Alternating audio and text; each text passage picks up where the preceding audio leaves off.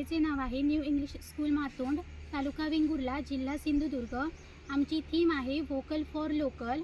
आमचा sub topic local communities problem. Title आहे ओस पडलेली गावं. अरे संतोषी, आकांक्षा, तुम्हाला जाणवतं का आपलं कोकण किती सुंदर आहे? डोंगर, झाडं, नद्या.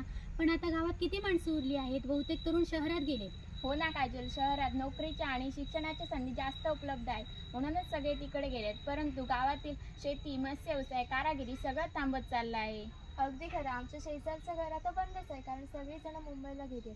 गणपतीला किंवा दिवाळीच्या सणाला थोडे दिवस येतात आणि मग पुन्हा निघून जातात. गावची ओळखच हरवते. पण यावर आपण काही करू शकतो ना. उदाहरणार्थ शेती, पर्यटन, लघु उद्योग हे गावातच सुरू करता येतील. हो, ॲग्रो टुरिझम म्हणजे शेती पर्यटन ही चांगली कल्पना आहे.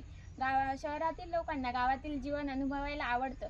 यामुळे रोजगारही मिळेल आणि गावातील उत्पन्नही वाढेल. आणि शिक्षणाचं काय, गावातील तरुण तर शिकतात, पण त्यांना रोजगार उपलब्ध नसतो आणि त्यामुळे त्यांची लग्न होत नाही. आणि लग्न न झाल्यामुळे गावातील अनेक तरुण नैराश्य अवस्थेत आहेत. आणि जर आपल्या शाळा आणि कॉलेजेसमध्ये आधुनिक तंत्रज्ञान आणलं तर गावातील तरुणांना चांगलं शिक्षण गावातच मिळू शकेल आणि मग शहरात जाण्याची गरज कमी होईल. बरोबर बोलली संतोषी. तसेच शासनाच्या योजनांचा उपयोग करून आपल्याला गावात उद्योग स्थापन करता येतील.